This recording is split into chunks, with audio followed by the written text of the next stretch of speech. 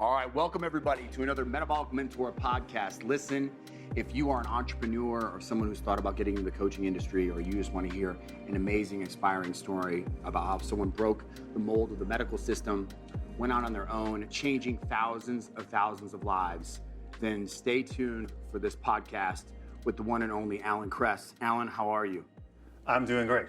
Awesome. It's been a long time since we've sat down together. I know, too much. We're working all the time. I don't get to spend any time. It's good to be here finally, one-on-one, face-to-face, to have an actual conversation instead of FaceTiming and telephone calls, emails. Yeah. But obviously we make do with what we have. But no, I'm excited to be here and talk a little bit, give people a little bit more background on the journey, give them some inspiration on what they can accomplish themselves. And just push this movement forward. Yeah. So Metabolic Mentor podcast is designed to highlight amazing transformations, real stories of people that have accomplished incredible feats, both in fighting illness, becoming a champion, and then also not just that, but transformations in business and the evolution of the person, right? And I can't think of a better person to have on. Many of you may know Alan Kress, especially if you follow any of my work, but he's so talented and he's doing so many things that I don't think a lot of people really understand that when we talk about breaking into this coaching field and being a real pioneer and an entrepreneur, and me asking the medical field to move over into preventative health, right? You're really one of the original OGs, and people don't know that about you. And so to watch your arc and to explain this today and have the listeners really absorb it, I think it's going to be an incredible 30, 45 minutes. So, what I want to start with real quick is, many have heard of functional health now, and then they're hearing coaching's being done with it. They understand that. We're seeing about 12.5% of Americans know a little bit about, at least they've heard the word functional medicine. They know there's health coaches out there. They understand that, but they don't know much more than that. They don't really understand what it is. Their neighbors aren't doing it yet. It's not being promoted locally as something that's common to do, like it would be to walk into a doctor's office.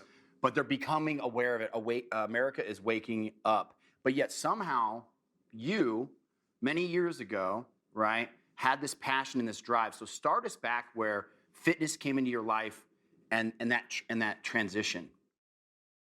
Going way back, and we're talking probably almost 3 decades at this point. My journey started when I was a basketball player. I got injured, couldn't do that anymore.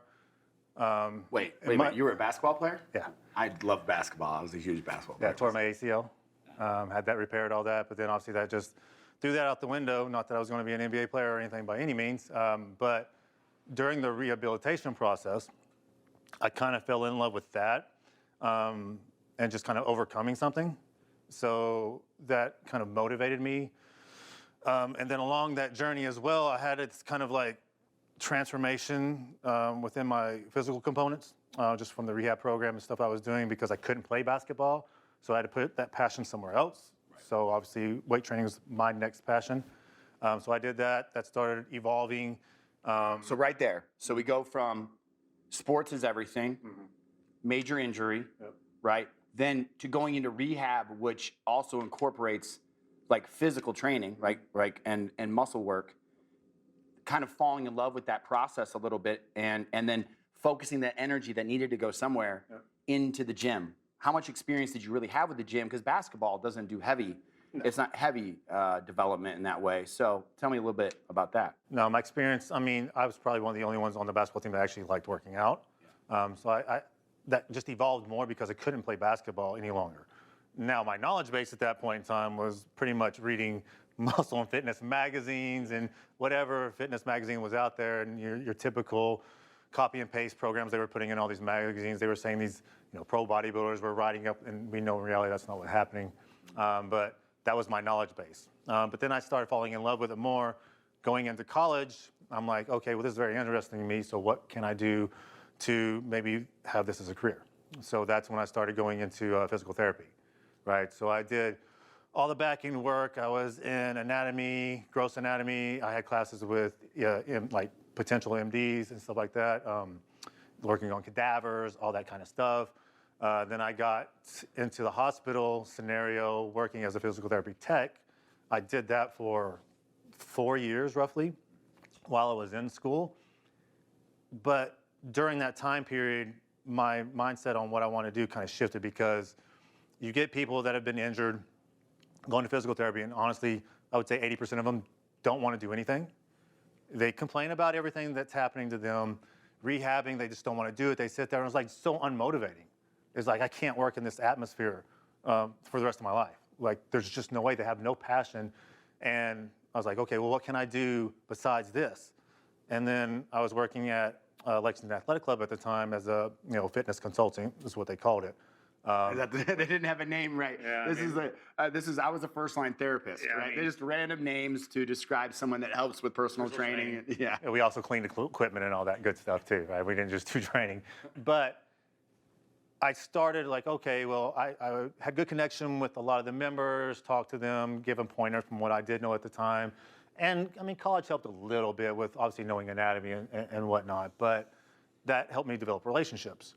Then I had good relationships there. I was like, okay, well, maybe I take a dive at personal training. So then I started doing personal training at LAC, started developing more relationships, started building a little bit of a business there while still working in physical therapy, while still going to college. And then that was more motivating because people are coming to you because they want to change. Yeah. They want something out of it. So I got to the point where I was 3 years in school. I'm like, okay, well, physical therapy is just out because I just can't be in this atmosphere. So I stepped out of that and just got my, I already had all the credentials, and I got a bachelor's in kinesiology. Stepped out of college at that point, had a decent business and personal training at that point, started building it, and then, I got a break. Let's stop there though, because you breezed through that because I think for someone like you, I think making that decision was easy, but there's so many people that are going to watch this podcast and making that jump. You put all this time into that education. You got the credentials there, and then you went and got other additional certifications. You were working towards that title, right, and all of that. And were you going for full licensure eventually for PT, or you just kind of stopped in advance? No, I was going like the doctorate, everything. Right. Yeah. And then you decide, wait a minute, right? I really want to help people, and it doesn't seem like from this position I'm going to be able to, because the people that are coming to me, they're reactive instead of proactive. Yeah. And then here, on the other hand, you're watching all these people come in that are willing to pay for their health, that are proactive, that are involved, that are engaged. And you're like, I want to work with those kind of people the rest of my life. And so I would say that to everybody out there. Alan is a perfect example, and he did this so many years. How many years ago was this? 26, 27 years? 26 years ago, there was a man already brave enough to say, no, I can step out into this coaching space. And because I want a career that I can enjoy working with people that really want help. Yep. And I would encourage everyone to think heavily about that with wherever you are in your career, because it's been going on now, Alan's an example, for 26 years. You can do this. And so I wanted to point that out. But how difficult was that decision? I mean, it wasn't easy because you're in this society, you're taught that college is everything, right? And I'm not saying people shouldn't go to college. I do have my, obviously, opinion on that.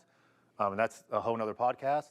But stepping away from, the kind of guaranteed salary in a sense, and this kind of security or whatever, because there is a paycheck coming in every couple of weeks to personal training, which is, I mean, you're starting from scratch, and that's come as is. There's no guarantees with anything with that initially. Now, I would say I developed really good relationships before I kind of jumped all in, which was a big key. And I think a lot of people jump into it without any kind of skill set in that aspect. Like, how can I talk to people, develop a relationship, get that connection to obviously where you're building trust for them to obviously work with you. And I think that's a missing component. But I started that, and I got better and better at it. And it gave me the confidence to like, okay, I can do this. And then I got a break working with a high profile NBA athlete. And it was like this, like, I'll give you 2 weeks to prove yourself for free, like I did it for free. And then I proved myself in 2 weeks, and he was a client for 7 years. We won NBA championships together and everything. Like, it was a long thirst. And then the relationship started just building off of that. And it built my confidence, obviously, because I was getting results. Now, this is me being a trainer. not knowing a ton about obviously functional health by any means. Or just even getting into fitness nutrition, because that's the first natural I was step. nutrition, but I was more pure bodybuilding nutrition, right? Because I was a competitor at that point because I had that transition to where I couldn't play basketball, the rehab, physical therapy, and I started competing when I was 18 years old, right? So I've been competing for 20 some years as well, but that's all I knew. You know, calories in, calories out, macros, push yourself as hard as you can. And I was around athletes as well and pushing them as hard as they could be pushed. And then there was a tipping point. Like, some people were getting results, some people weren't getting results. And it's like, what's going on? So this is great. So let's go back and speaking to the entrepreneur. So if you're somebody who's in a career right now and you're thinking about how the hell would I make the transition, Alan has just laid out the playbook. The first thing that he said was, get the experience. Get a coach yourself. Get really good at the thing that you want to teach others or that in the field that you want to get at. You don't have to become a competitor today, but that was his real license at the time. It wasn't any of the credentials or education that he had gained from the PT work, although that was valuable information that plays a part later, which is really cool about coaching, because you can take all the information from the field that you've come from and figure out how to apply that to your process and make coaching uniquely yours. I love that about coaching. It is some of the best parts about the future. I want to know about every individual coming in. Where did you come from? What have you survived, recovered from? What did you learn in other business sectors? And how are you going to take that information and apply it to a process to change lives, right? And so for you, right, your certification really came by life. You put in the work. That the real cert, that the base cert that everyone needs to coach was not found in the medical system. It wasn't found in some other person giving you the okay or a sheet of paper. It was you doing the work, gaining the experience, and then getting more experience by doing the thing that you were already doing. And I think that's important for everyone to know. Yeah, I would say too, like, so people don't kind of misconstrue like just doing bodybuilding. Like, all my clients, even though I was a competitor, like, were athletes. So I was in that realm of coaching athletes, college. There wasn't any sport I haven't covered, everything from motocross to soccer to basketball, football, everything in between. So that's me learning my basis for programming training and all that stuff. It wasn't bodybuilding. As much as I love bodybuilding, so that gave me, I want to say, a step up on a lot of people, because obviously when you enter the bodybuilding world, it's kind of one way of doing training. And that's it. And this is where obviously you learn periodization and all that kind of stuff. But you can apply it to every demographic. Periodization, people think periodization and it's just an athlete. And it's not. Real quick, explain for the listeners or the viewers, what is, by the way, click the like button and subscribe, YouTube, Metabolic Mentor. All right, so shameless plug. What is periodization? All right, so this is kind of misconstrued Without going too far. Yeah, so to keep it simple, when you periodize, let's say training, because you can periodize a lot of things. When you periodize training, you're trying to create as much balance in the system as possible. Now, your one goal may be hypertrophy, like bodybuilders, but that does not mean that's all you train, because if that's all you ever do, there's other systems that will downregulate and get worse. So you're creating imbalance. But again, if you're a bodybuilder, yes, majority of the year you're going to train for that effect. But that's not all you do, and that's where the problems ensue with a lot of individuals, is that's all they do. The number one problem in fitness, right, is that it's so dogmatic, meaning that the one thing that you get into fitness for, yoga, bodybuilding, whatever it is, it's the only thing they teach you. And then they don't, because it hurts business to suggest that we need to be well-rounded, no one talks about entering multiple modalities or switching styles of training. And so anything works if you work it until you work it too long. I mean, it's simple as that. So what he's describing in periodization is no matter what you do, you have to periodize it. And that's the principle of it, the principle of periodization. Incredibly important. And he was learning this at this time. Yeah, you have to, simplistically, you need to put and train all systems in the body. You can't just train mTOR. You can't just push AMPK. You have to create balance with these systems, or you'll create imbalance. When you push one pathway, all pathways need to be trained. But people are just focused. And the way the industry is now is push as hard as you can for as long as you can, and literally until something breaks or your body's given. Then let's give it a break. Well, be proactive. Plan these things out a little bit. Like, an end date. Like somebody wants to compete or whatever, that's the end date. Go back from there and see where you need to slot these little periodization methods in there along the journey so you don't hit these roadblocks along the way and health starts deteriorating. But people like, you're wasting your time. You need to do this training block for 6 months, this hardcore, or you're wasting your time, which is ridiculous. If that was, then how did I become a pro bodybuilder? Like, so, you know, I'm not genetically inclined like the top people like Phil Heath, Chris Bumstead, right? But I still made progress using and implementing periodization throughout my years. But what else did that do? It allowed me to stay healthy as possible during that endeavor, right? And that's a key factor I think many people are missing out on. Yeah, your length in the sport needs to be respected too. How long you're able to do it at a high level. But I digress a little bit, and I want to stay on this entrepreneurial hero's journey. And so now you've broke free of the medical field. You're in proactive care. It's not easy street, right? I mean, you're doing well. You had an MBA athlete, but running a business, and I think most people have a misconception about most great coaches. Majority of them, 80% of their business is still Gen Pop. Sure. Right? At the time, you were working with a lot of athletes. And so tell me about what were you making? Tell us about the rest of that journey. Kind of walk us through that. Yeah, so the first part of my career was just literally one-on-one training. I mean, this is back obviously before internet. There was no Instagram. There was nothing. There was none of that. Like me, that's why relationships were so important. We didn't have social media to build a business, right? So we had to work that much harder to build this kind of business. So kind of that stepping stone and doing the one-on-one. Once I got that, obviously one high-end profile client helps for sure. But again, it's still word of mouth from all the members in the gym, developing those relationships, and then get good results with them. They tell the next person, the business starts escalating. And you're like, wow, like this is really a career. I can really do something with this. He just gave you another pro tip. For anyone that wants to be a coach, and it doesn't matter in the holistic field, I don't care where you're at, I highly recommend that you spend a couple months being a trainer at a gym because of relationships and language.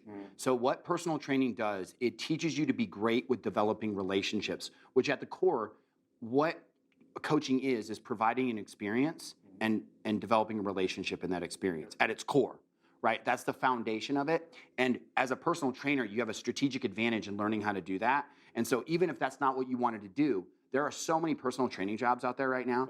And granted, they don't pay much. That's not the point.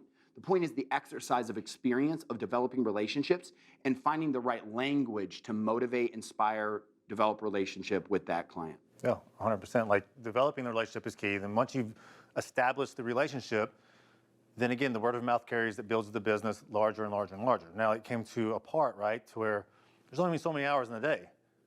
And so there is a cap to an extent to what you can earn as a personal trainer. And as much as I love helping everybody in the world out, you got to live your life and have time because time becomes like the most valuable thing you have. So I'm working, 60 to 80 hours a week as a one-on-one trainer, getting up at 4 a.m., not coming home until literally 9 or 10 p.m., 6 to 7 days a week. I had a passion for it, so it wasn't that hard. And I was young, obviously, at that time. So I pushed through and did what I needed to do to build that business, but it just came to a point, it's like, oh my God, I just can't keep doing this. Like, I have no life. My health was deteriorating a little bit just because of me pushing the envelope so much. Then it was like, okay, what's the next step? Oh, there's some people doing a little bit of online training. Internet was getting going at that time, so okay, let me dive into this. Maybe I can start having balance between working a little bit at home and going to the gym and kind of make up the difference and have a little bit of a life. So I actually started with some of my one-on-one clients and asked them, if we could dial back some of their sessions. I could program them stuff for them to do on their own, giving them some nutrition guidance and stuff. And I had probably like 5 of them say, great, absolutely. Obviously, it saved them money because it's cheaper to do online initially. And because one-on-one, you're charging per hour or per session, and it's definitely, you got to be able to afford that. I mean, it is not cheap. I had some people working out 4 or 5 days a week, and that's a lot of money at the time. Now, granted, at the time it was $50 a session, but that's back, late 90s, 2000, which at that time it was a lot of money. So I did that. I transitioned. It's even more now for good training. Oh, yeah. Oh yeah, I mean, Right. I still do an occasional one-on-one for a week with people, some clients, some high-end clients. Sometimes, obviously, my stint that I'm in Saudi. Do you I mind do some sharing? stuff. Do you mind Yeah. sharing how much you charge for something like that? Oh, now? Yeah. For one session, if you want one session with me, it's going to be like $500 for the session hour, kind of, so to speak. Yeah. But I have people paying more than that at this point in time. Obviously, I can't divulge exact numbers, but like Right. even my job when I'm in Saudi, like it's good money, obviously. But again, I built up to that. It didn't start there by any means. And like my initial pricing for online was $99 per month. So let's talk about this real quick. What you're seeing here, and I want people to understand, becoming successful, changing lives, that it's not magic. You don't have to be particularly smart or talented.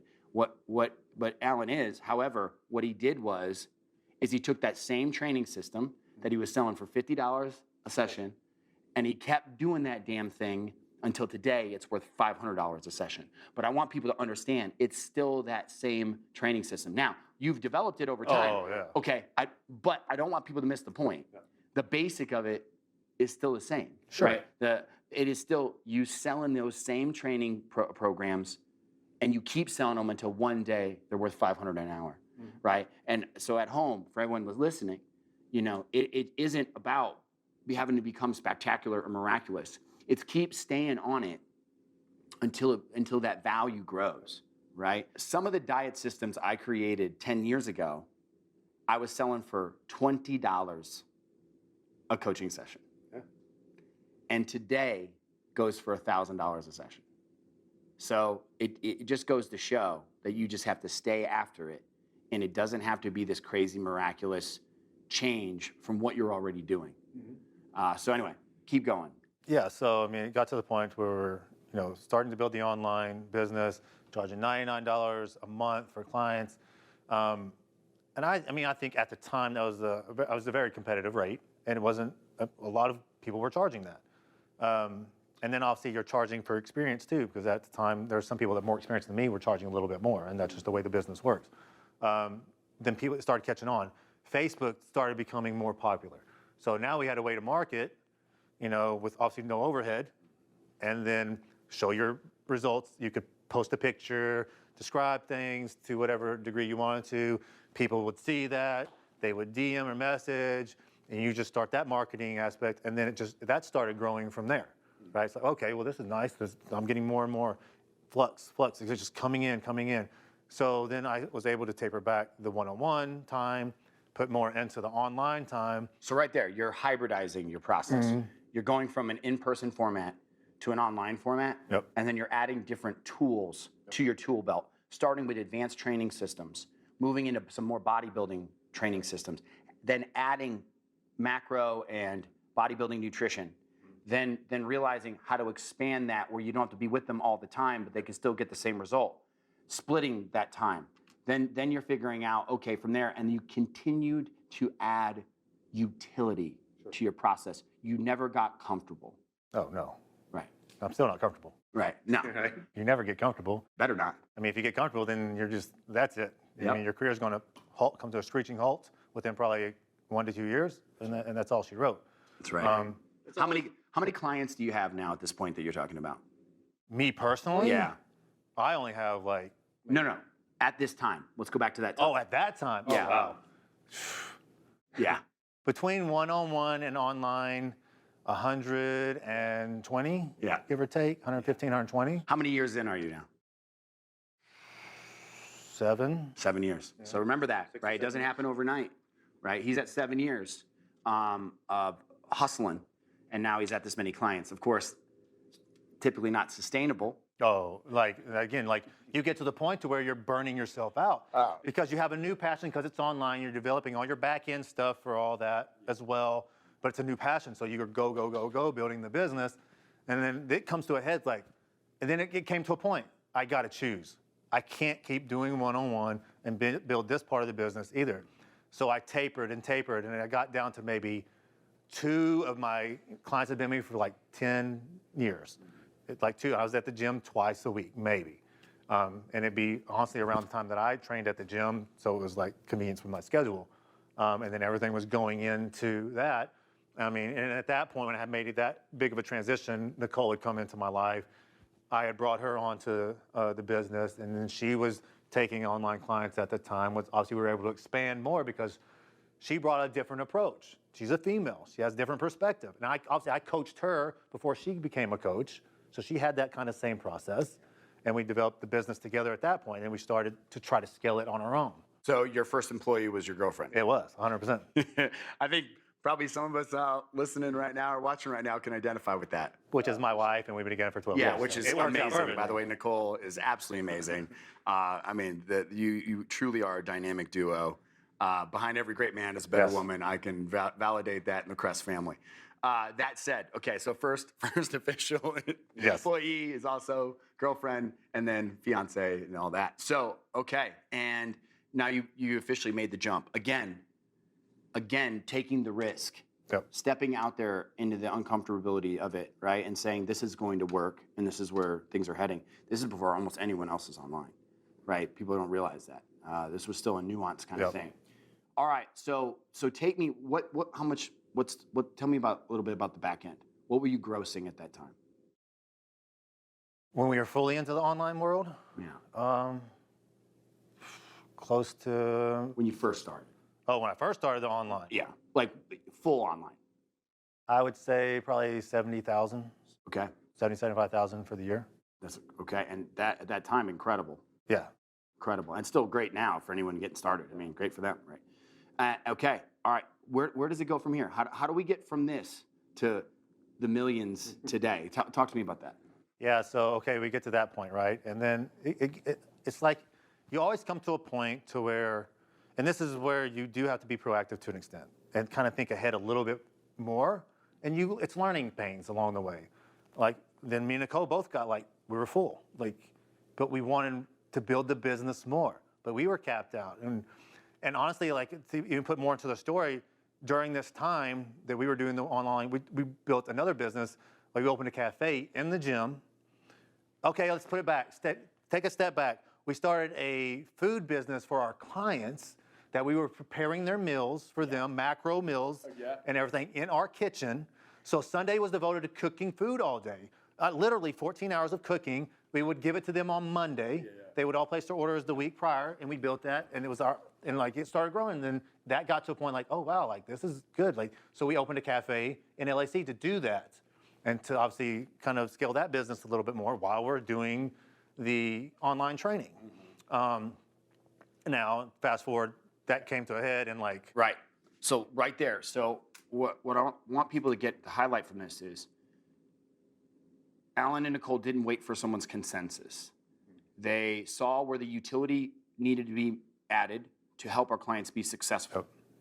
They added tools to their already built system to make it more useful, and we're less concerned about the money up front. Let's add utility and then the money will come. Versus let's make a financial decision first and then make more money. No. We're gonna solve a problem. We're gonna improve outcomes, because outcomes is where the impact comes, and then the impact brings the money. Absolutely. So you weren't making financial decisions, you were making impact decisions. And along that journey, you're gonna make mistakes, right? You're gonna figure out what works and what doesn't. The point is to figure it out, is to be in the act of trying things. And many of them are going to fail, and that's okay, because you'll learn something very valuable from that you take into being successful elsewhere, that you would have needed that piece of information. So here it is. You got into the food prep business, and then try to pair it with your coaching. You're like, it was successful, but this ain't scalable. It's hard to do. It's too much. All right, I'm not gonna add that, right? So we're gonna take that back out, and we're gonna figure out where else I can add utility. And that's that revolution of constantly trying to evolve, of trial and error, not seeking consensus, that's going to get you to the top. Yeah, we really didn't make any money with the food business, at all, especially when we opened a cafe. After the cafe, I don't want to say failure, but it just comes to a point where it's you have a passion for it, but money does matter, at some point. That you can't just keep burning yourself out, and if there's no profits coming in stuff, it's just not worth it at that point. So we decided to kind of take a step back from that, let it go, and then just continue to move forward in the online coaching space. And then the next step from there was okay, what can we do to scale? And then that's when we actually brought on our first employee / independent contractor. And that was Blake. He was the first coach that we ever brought on. So at that point, we had a team of 3, right? And obviously, that's where we could divert more of our clientele to coming in. And Blake had mentored under me, been to my seminars. So obviously, we taught him everything that we knew before we started giving him clients, giving him a good foundation. And obviously, we're there to oversee stuff if it's needed for bottlenecks. That was the next step in scaling the online business, right? And then from there, it's just, okay, scale more. As you know, obviously, you have to have your kind of team behind you and build that kind of army, in a sense, of another coach and another coach and another coach. But it's like, you got to think ahead, because you can't wait until you're maxed out to bring another coach on. Yeah. Because there's a delay in that, because said coach needs to have their foundation built of education, of your systems and everything in between, and then continue to build off of that. This is where most coaching fitness program or companies fail, because they're so worried about getting more clients that they don't appropriate time to build the infrastructure to be ready for more clients. Because you can't get ready when it's on you. You got to be ready. And so every time you grow your business by 20%, you're dealing with scale issues and systems on the back end, and being able to provide the same quality of health or programming at a much higher rate, right? Run rate. And so that happens, and then you have the issue where you run into the talent, the staff becomes so valuable, but you don't know how to reproduce them. How do you train every single person? And then also build the systems, run the business, and be a coach. And most people just burn out. They can't 100%. figure it out. And that's where getting exposure with programs that teach you how to build businesses, or in university experience, or mentorship, allows you to get exposure to see how someone did it so you can do it and not burn out. Because a lot of coaches are like Doge. They're here 1 minute, gone the next. Yeah, I mean, you see all kinds of people pop up, flourish for maybe 2 years, maybe 3 if they're lucky, and then they're gone. Right. And it's like, well, what happened? So once again, though, because you're never comfortable, you got to keep breaking molds. It's like I get I get comfortable in a group, and then I gotta bail on the group, right? I gotta do my own thing, right? And so you were still pretty heavy bodybuilding nutrition at this point. No, not at that. When we brought our first client, when we brought Blake on, I was in functional completely at that point. Okay, you were for sure. What year? I transitioned into functional. It was just me and Nicole. We weren't getting results, and it's like, what's happening? Like, I thought it was calories in, calories out. I'm pushing these people really hard, taking their food away. It worked a decent amount of time, but then there's like 50% of the clientele that were just hitting walls and nothing was happening. No matter how many calories I took away, how much cardio I gave them, training or whatever, nothing was happening. And then I'm like, oh, and I'm one like, I can't, that doesn't sit well with me. Like something's going on here. It's just not, because people will say, well, they're just cheating on their diet. No, I know my clientele at that point, they're hardcore. They're doing everything that I tell them. So something's got to be happening. So I got to start digging more. And then I started just listening to other people in other spaces, right? Not just the bodybuilding world. So, the word functional medicine, functional health was around. It wasn't very popular back then. And then started listening to that, hormones and cortisol and thyroid, all this stuff. But still at the time, there was not a connection between all those things. They were still separate, taught separately. But me, I'm like, there's got to be correlation somewhere. Me knowing some physiology and anatomy, like, okay, well, this is what happens from one of my performance days. Like, this is what happens when you train, cortisol goes up, blah, blah, blah. We all know that cascade.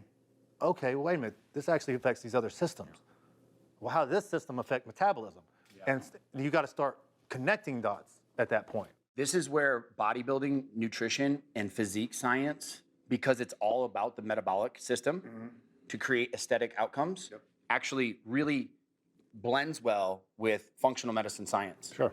The gaps that science had in medicine gets filled a lot by understanding, again, the trial and error, clinical evidence method of like, these things work to upregulate the metabolism, and how does both of these worlds come together to break the mold and to create unheard of outcomes in the worst of cases, or even in the best of athletes, right? And you were starting to play with that. And that's at the same time that a lot of us were like, well, there's something missing here, and I've got to find these pieces. So there were many people like you, myself, and others that were out there in our own little world, right? In like our lab, like just playing with stuff and becoming obsessed, and so, okay.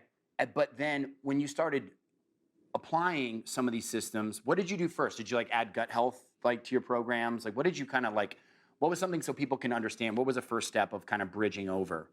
My first, for me, was I created a synergy more with the training and nutrition. Yes, training, so like your training systems. They got to work together. Like whatever you're eating has got to support the training, vice versa, and people don't do that. So hyper periodization. You really figured out. Yeah. So I was getting really in tune with that. So like, okay, I want to drive A and PK more. What training system can I put into play when their nutrition's here? Or if they're like stressed, like I obviously knew about stress, like they're overly stressed, how can I adjust their training and their nutrition to kind of calm that down a little bit more so they can recover more? So it's like, okay, how can I increase their recovery? So, and then they start getting results. And then obviously I started getting into more of the hormonal stuff and the gut and all that stuff. And obviously I went through gut stuff myself, which is where I brought you in, and started getting deeper into that. Oh, wow, like this really connects with a lot of other stuff too. Maybe this is a part of the issue as well. So I started connecting that dot. And it's like boom, boom, boom, boom, boom.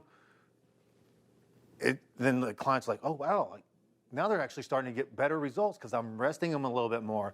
I'm matching nutrition and training up better. So obviously the recovery's going up, means cortisol is coming down, all the simple places we start in this functional health space. And then I just started diving deeper and deeper and deeper into it to obviously where we are today. So I meet the wonderful Alan and Nicole. And I'd met you before this, I think. Yeah. And then you had reached out and said you wanted these gut issues and you're still trying to compete and fix the function at the same time. And we spent I think that we did a year of coaching at that time. And it was, again, that's why like mentorship, I've got to tell you everybody, because he already had all these tools and he didn't need everything from me, but there were pieces that were missing and just one piece could be so valuable. That's why exposure over time, figuring out what is the piece that I'm missing to create amazing outcomes. And you really had so much already. You were already coming in with so much value and intelligence and experience. But then I was able to drop in some things that were just some of the missing pieces on the deep functional side that was able to really change your performance. I mean, it was amazing even to me to watch when we approved your gut health, how much your aesthetics were able to grow. Let's talk about just that for a minute. I know I'm going off topic here a little bit. Producer Keone's going to kill me. I don't care. Real quick. Yeah, so I was going through a prep and it was like bloating all the time, gas, and I was doing all I knew at the time of what to do, and then I reached out to Vince and like, look, I'm competing, and I knew that wasn't the best scenario either to like heal the guts. Try to heal on the go, yeah. But I'm regimented with everything, obviously to the T, so I mean, yes. It worked. I would never recommend my clients doing this by any means, and I would never honestly do it with a client. But my experience level and where I was, it just is what it is. Listen, do what he says, not what he does, okay? Don't ask questions. Yeah. Don't ask questions. Yeah, so we're the guinea pigs, okay? Yeah. Like I do it on myself, like I would never do it to anybody else. Okay, chill. But once we went through the process, now I would say the only thing that matched up, typically when you're going through a hardcore gut protocol, calories are going to be lower, right? Because the food intake has to be down. Yeah. And I was cycling carbs and stuff at the time and whatnot, refeed days, and that stuff we had to figure out along the way, which we did. We did. And which pushed my knowledge base though. Yeah. Taking on, I'm someone that wants to take on challenges that put me at a disadvantage because that makes me a student, right? And there were many scenarios that we ran into that I had not tried to accomplish before. And it taught me a lot about what the actual boundaries were and what was possible. And because I keep doing that with people, I take the cases that people say no one can fix. Yep. I need to know, I need to learn if I fail or I succeed, whatever information I was going to gain in that process, I need that info. Yep. So I'm willing to walk into the dark. Yeah, and the reality, because I'm an open book. I'm never going to lie about stuff. Like obviously PEDs are in use here, right? And exogenous stuff, even insulin, all these things that do impact the gut and microbiome and everything, right? So we're interplaying with all these factors and at one time, which is in a typical scenario. But we manipulate things, we time things differently. We took things out for a certain amount of days, put it back in when refeeds, and just toggling a lot of things. And then it came together after, I'd say, 3-ish months, things started really turning around. Yeah. Now, the interesting thing was, after the prep, and I'm transitioning more into an off-season scenario, the gut is much better. And then my ability to feed up astronomically, and aesthetics just like completely metamorphosized. And I'm over 40 at this point, obviously, at 40 years old. And was like, wow, like I was good before, but now gut health is such an optimal place at this time that my body's absorbing, assimilating, doing the things it's supposed to do. And the transformation was just like insane coming out of the prep. All like the 12 systems, particularly if we want to talk about gut and endocrine, they're so intimately tied. Very. And then it ties into the mitochondria and its ability to switch energy systems. And I think that's what it really comes down to. If you can improve any one of the systems that improves the body's ability to switch energy systems from fat to sugar, then all of a sudden you shift hormone production, and then bam, you can do a lot less with a lot more. And I just saw your physique change. So anyone who's a physique person or is heavily focused on physique optimization, you better be looking into functional health tools, because you're missing so many mysteries that could make you look 10 times better or get it done with half the amount of effort. Yeah, right? that's key, right? So then we had that experience, and at this time, I think this is where I saw your business. I saw you're at 3 coaches, or 3, but with you two included, and you're doing about 400,000 at this time, Give or take. a year, 400,000 a year. You're saying, I want to get deeper into this functional stuff, and so that's when we decided to do a mentorship for a year. Which can we talk a little bit about that? Yeah. So Vince had came down to Stewart, where we live. We had him stay over, had meetings, talked, and then that came up, obviously, where you saw our potential, and obviously me talking to you about where we wanted to go. And this is obviously another step in scaling the business. And because we could teach our clients, or not clients, but our coaches, but that was also time away from other parts of the business that we needed to run. So like, how can we scale? Then you brought that to our attention. You brought Will into our lives at that point too, which is the business manager who builds more systems for us to be able to scale, which is your infrastructure. I mean, it has to be there, or you're just going to fail. I don't care how successful you can be. The systems that we teach at Metabolic Mentor University and the systems that Alan and the team at MPH use now, they work so good that you don't have to focus as much about finding more clients, because the outcomes are going to find you. That's not where you're going to run into the problem. Where you're going to run into the problem is, how do you scale a functional business that has different needs than just basic macro and fitness nutrition?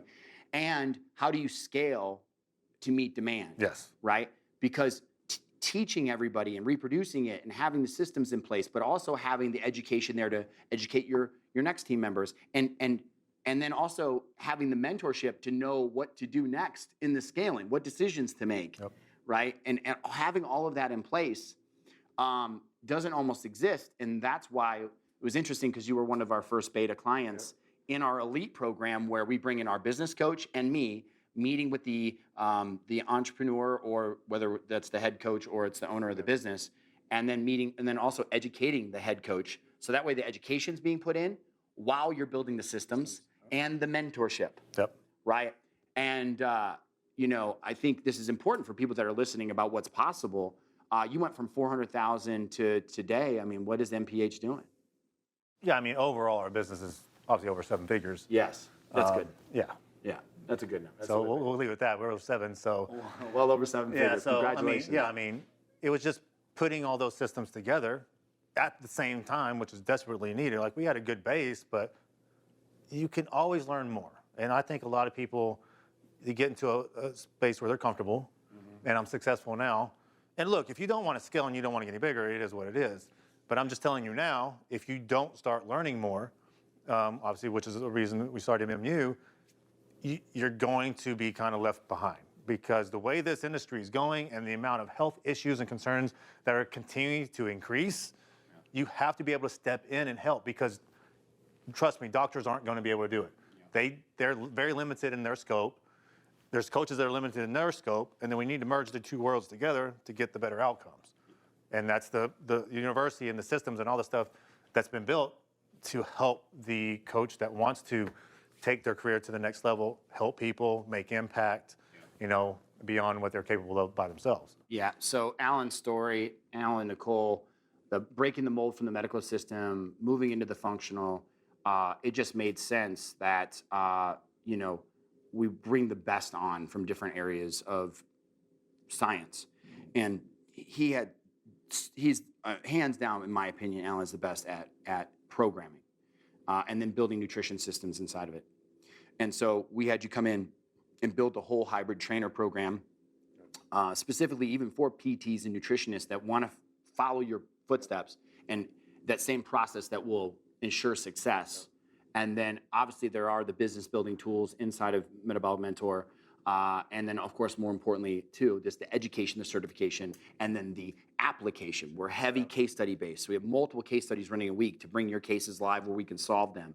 Because we understand how you actually learn and you actually grow a business. Yeah, you have to do, like, look, you can go take a 10, 12-week course and you'll learn some stuff. I'm definitely 100%. But to be like to that next level, you have to be constantly exposed to different demographics, different types of cases, different types of gut issues, health issues, hormones, the combination of the two, how to completely work through that entire process, which is done over months. And I'm not talking 2 months, I'm talking 6, 7, maybe at times a year. But we always have that case studies open, weekly office hours. The exposure that you get is unprecedented, and it's not matched by anybody. I can tell you, because I've done a lot of the other stuff before, and it's just very limited. And again, look, you will learn some stuff. And I'm just telling you, we're setting the new standard. And people can debate us all they want to debate us, and people will talk all they want to talk, but they actually haven't been inside MMU and see what we deliver. And I can just tell you, it's unmatched because I've done all the other stuff, and it just doesn't even. Alan probably set the Guinness World Book of Record of certifications. Like I don't think anyone has done more certifications than Alan Kress. Because I was looking for the next best thing. Yeah. And then their continuing education is literally just giving them more money. Yes. And all this theory stuff with zero application and no process. Theory or information without application and process is not useful. Makes it worse. And then you leave more confused than when you came in, like, oh my God, I didn't do anything. And we're the opposite of what we do and how the process works. Yeah. What we learned is that when we try to teach younger entrepreneurs or coaches, that more information isn't actually better. A quick Google search at 2 a.m. of your symptoms is a good lesson in, like, you could just have a cold or cancer. Yeah. So what you end up with is confusion and indecision, not action taking. Coaching is not an information gathering business, it's an action taking business. Yes. And so what you need is a process to then add more information to, not just more random information that you test on and then a sheet of paper that says, hey, you can test well. And not just a protocol.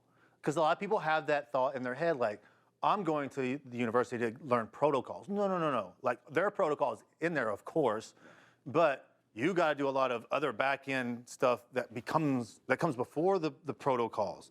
Like, you can teach one protocol. Guess what? That may work for 1 or 2 clients. It's not going to work for the 3rd, 4th, 5th client.